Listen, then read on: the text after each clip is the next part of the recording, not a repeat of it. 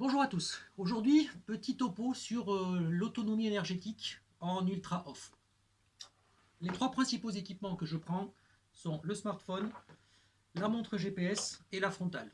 Ces trois équipements utilisent le même câble USB pour être rechargés.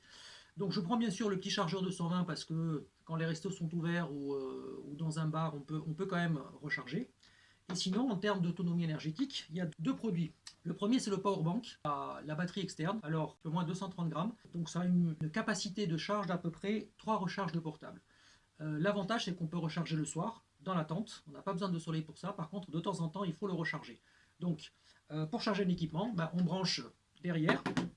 Et ensuite, lorsqu'on branche le téléphone, par exemple, automatiquement, il s'allume et on a à peu près 2 heures. Il y a un transfert qui se fait vers le téléphone, pareil pour les autres périphériques. Mais aujourd'hui, ce dont je voulais vous parler, c'est le panneau solaire. Alors ça pèse 120 grammes avec une sortie USB. Donc plutôt que de brancher sur la batterie externe, on va brancher ici. Si le câble est suffisamment long, on peut se débrouiller pour charger pendant la course, c'est compliqué, mais si vous marchez ou lors des pauses, moi je sais que lorsque le soleil vient de devant, je l'accroche avec des mousquetons à mon sac ici, et ça va directement au smartphone ou à la montre.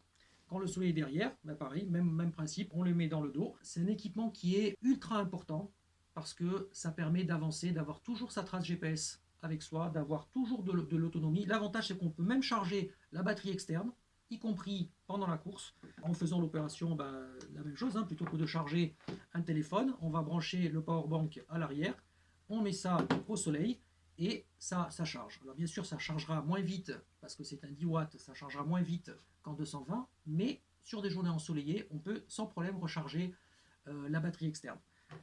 Voilà pour aujourd'hui. Ciao.